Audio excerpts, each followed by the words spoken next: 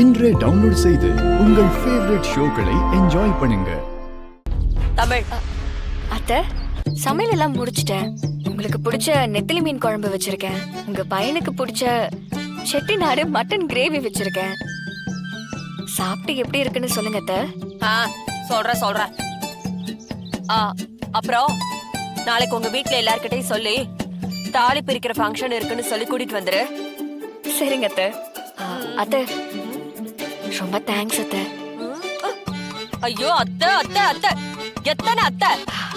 உரிமையா அத்தைன்னு சொல்றதுல தப்பு இல்லையே அத்தை. ஐயோ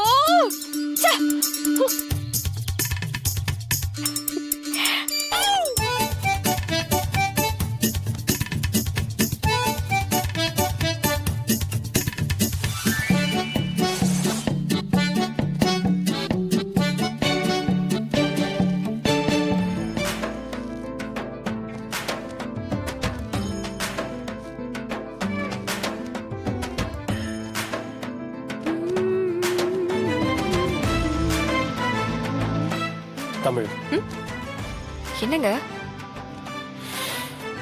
அது ஏங்க கதவு திறந்திருக்கு. ஏய், வெறுப்பேத்தது என்ன?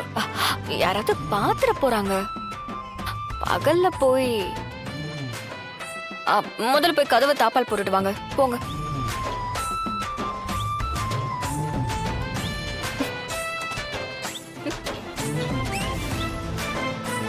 தமிழ், நைட்டு நமக்குள்ள எதுவுமே நடக்கலன்னு எனக்கு நல்லா தெரியும். நீ ஏதோ டிராமா பண்ணிட்டு இருக்க. மரியாதை உண்மையை சொல்லிடு. நீங்க என்ன நினைச்சாலும் நினைச்சுக்கோங்க. அதுக்கு நான் ஒன்னும் பதில் சொல்ல முடியாது. எனக்கு என்ன நடந்துச்சுன்னு தெரியும். நான் உனக்கு லாஸ்ட் சான்ஸ் கொடுக்கறேன்.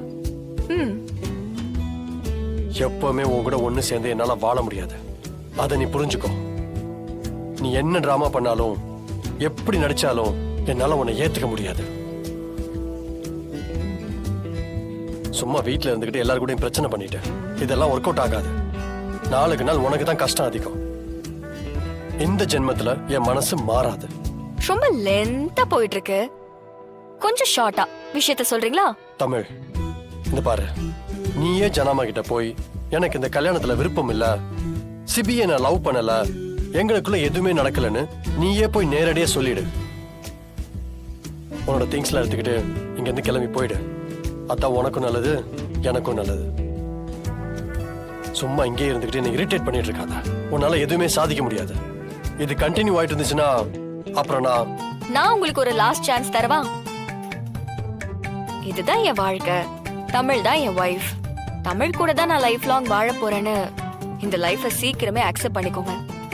அப்படி பண்ணீங்கன்னா உங்களை நான் நல்லா பாத்துப்பேனா, உங்களுக்கு தேவையானது எல்லாமே செஞ்சு கொடுப்பேனா, நாம 2 பேரும் பெஸ்ட் கப்பலா இருப்போமா?